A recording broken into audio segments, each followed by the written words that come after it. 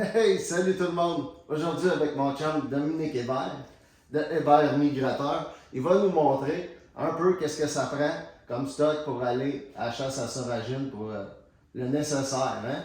Ouais. Qu'est-ce que... C'est en plein ça, Ben. Ce que je veux faire, c'est vous montrer un peu c'est quoi les incontournables que moi je mets dans mon sac de chasse, mon blind bag qu'on appelle. Ben, c'est sûr que dans les incontournables, ben, cartouches. Puis cartouches, là, ben, mettez toujours une boîte de plus juste au cas. Hein? On aime mieux d'en avoir trop des cartouches qu'en manquer. Fait que ça, c'est un élément. L'autre, face mask.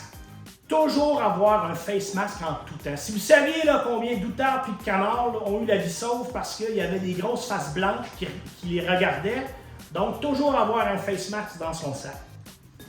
Des gants de travail.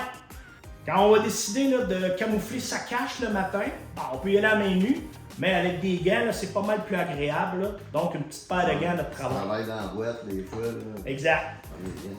En début de saison, Thermacell, hein, il y a des maringouins, on se fait piquer, surtout là, en mois de septembre. Là, donc, ça aussi, là, c'est important d'avoir ça dans son sac. Des petits outils pour travailler. Ben, ici, un coupe-branche, puis j'ai une scie. Donc, quand on arrive sur les lieux de la chasse, on veut placer notre cache comme il faut. Donc, des fois, on va avoir des branches à couper ou des trucs comme ça. Donc, avoir ces deux éléments-là dans son sac. Des chokes.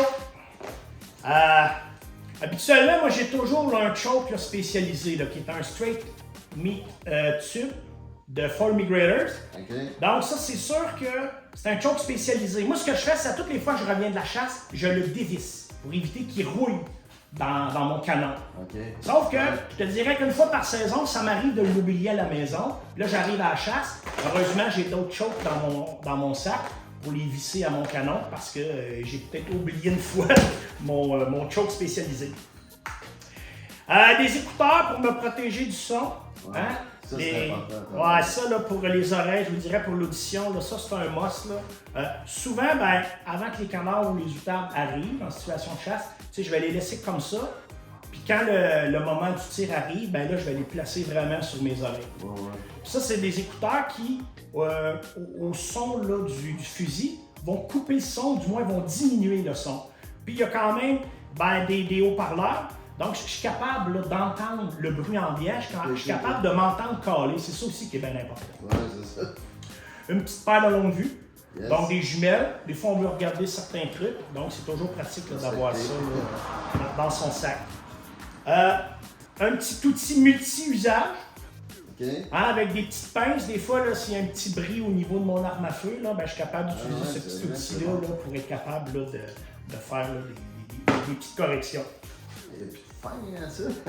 Ah ouais, C'est comme le chapeau d'un magicien. Ah ouais. Ça ici, un couteau, ben, ça aussi, on parlait de tantôt là, tout à l'heure là, de la scie, le coupe-branche. Ben, ça aussi, un couteau, là, c'est un élément important à avoir ça dans le sac. Un peu de corde.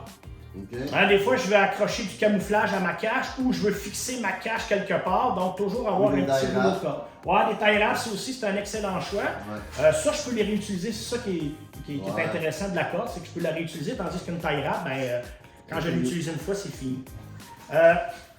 L'attache pour le gibier. Hein, des fois, ben, on va devoir marcher pour se rendre à notre site de chasse. Oh, ouais. Donc, c'est beaucoup plus pratique revenir avec le gibier accroché après, là. Dans ton cou ici. Là. Ouais, comme ça, plutôt que les amener par les pattes, des fois, là, c'est pas mal pesant, surtout quand on parle d'outarde à ce moment-là. Ben, ça, c'est l'ensemble de mes permis. Hein? J'ai tous mes permis, compétences maritimes. Puis, je vais vous donner un autre truc. L'oiseau migrateur, le permis oiseau migrateur, lui, maintenant, vous pouvez aller sur Internet pour le faire imprimer. Donc, vous pouvez aussi commander le timbre, tout ça, mais vous pouvez aller sur Internet et avoir une version de papier que vous imprimez à la maison. Moi, ce que je fais, c'est que je m'en imprime 5-6 copies. Okay. Parce que ce que dit le règlement, c'est que tu dois être en possession de ton permis des oiseaux migrateurs en tout temps. Il ne peut pas être chez vous, il ne peut pas être dans ton camion, il faut toujours que tu le laisses sur toi. Okay. Donc, pour éviter là, une rencontre avec les gardes de chasse, que vous n'ayez pas votre permis, ben moi, j'en mets un dans mon sac de chasse, j'en mets un dans mes étuis à fusil, dans mes manteaux. Donc, j'ai toujours mon permis, qu'on dit le permis fédéral avec moi. Okay. Donc, ça, c'est un bon truc. Là. Il ne faut jamais oublier non plus que ça prend le permis de petit gibier aussi. Ouais. Le petit gibier, par contre, lui, tu as 7 jours pour le présenter aux agents de conservation de la faune si tu ne l'as pas sur toi. Mais le fédéral, lui, tu dois toujours l'avoir avec toi. C'est pour ça que j'ai pris ce petit truc-là, pour éviter ça. Lampe frontale, hein? Ça, c'est un must. Hein? Quand on s'installe le matin, là, toujours avoir notre lampe frontale, c'est beaucoup plus facile là, pour s'orienter et installer là, nos applants et tout ça. C'est sûr que quand on va arriver un petit peu plus tard en saison, hein, on parle peut-être de fin octobre, novembre, ben là, c'est sûr que je vais mettre toujours une bonne paire de mitaines dans mon sac. Parce que des fois, en différentes séquences d'appels, ben, on vient qu'on a les mains un peu plus froides parce qu'on n'appelle jamais avec des gants ou des mitaines, toujours à la main nue. À un moment donné, on fera aux mains, donc je les réchauffe là, avec là, des mitaines là, comme ça. Autre petit truc, j'apporte toujours 2 tuques. Je vais prendre une tuque pour installer les applants, se positionner pour la chasse, la cache et tout ça. Donc on transpire, donc ça se peut que la tuque devienne un peu humide. Quand c'est le temps de chasser, là, que là je vais m'asseoir dans ma cache, à ce moment-là, ben là je vais prendre là, ma tuque là, qui va me garder au chaud là, pour l'avant-midi. Ouais. Puis le dernier élément, toujours avoir ça aussi. Hein? Des hot packs pour les mains, des semelles pour les pieds. Ça, là, ça va rendre votre chasse beaucoup plus agréable, là, surtout quand on arrive en décembre. Là.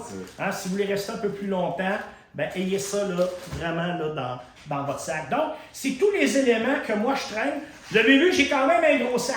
Hein? C'est presque une valise de voyage, sauf que c'est des éléments qui sont des incontournables.